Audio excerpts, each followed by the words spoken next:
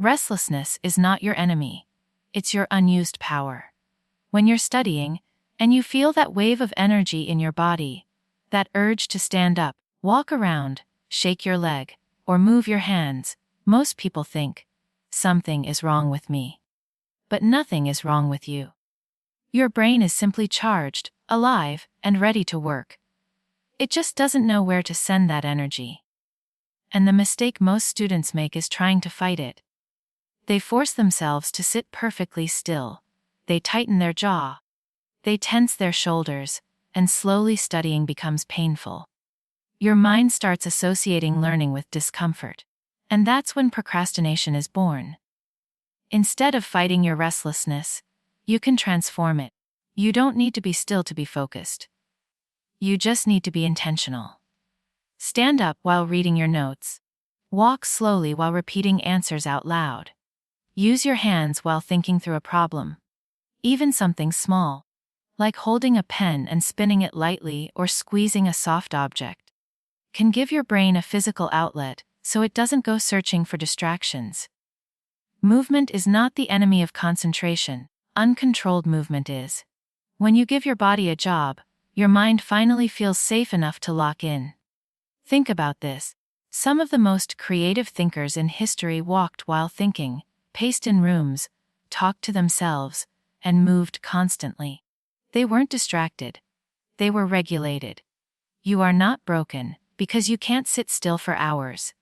You are wired for motion. And motion can be your advantage if you learn how to guide it. When you channel that restlessness into purposeful movement, it stops feeling like chaos and starts feeling like control.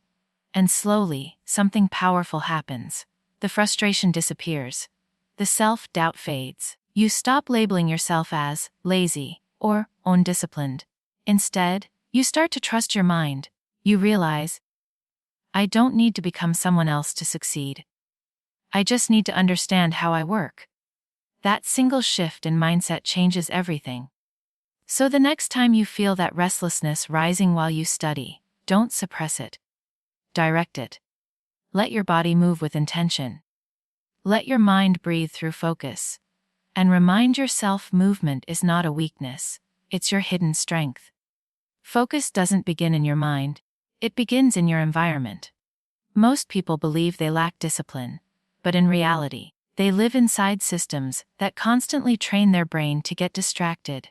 Every buzzing phone, every open tab, every messy desk is silently telling your brain, there is something more interesting than studying. And over time, your mind starts obeying that message. You don't fail because you are weak. You fail because your surroundings are loud. That's why changing your environment is not a small thing. It's a power move.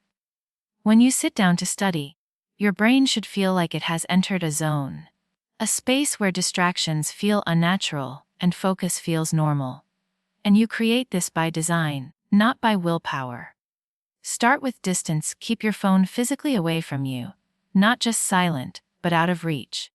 Your brain is like a habit machine. If it can see something, it will think about it. If it can reach something, it will touch it. Reduce these triggers, and you reduce the fight inside your head.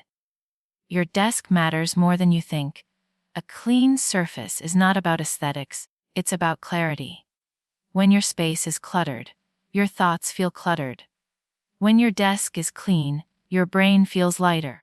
Even the smallest actions, like arranging your books, placing your pen neatly, aligning your papers, tell your mind that this moment is important. You're not just studying by accident, you're showing up with intention. Timers are your secret weapon. You don't need to study for hours to be powerful. You need short, intense, focused sprints that train your brain to stay locked in. When you set a timer, it gives your mind a finish line. It stops feeling like a never-ending torture session and starts feeling like a challenge you can win. This simple act builds trust. Your brain learns that focus has a beginning and an end, and that makes it easier to return to it again and again. Over time, something incredible happens. Your environment becomes a trigger for focus. The moment you sit in that chair, at that desk, in that space, Your brain automatically shifts gears. You won't have to force it anymore. You won't rely on motivation. You won't wait to feel like it. Your surroundings will quietly push you into the version of yourself that knows how to concentrate, how to work, and how to progress. So take control of your space, and you will take control of your focus. That's not just a strategy. It's a promise you make to yourself.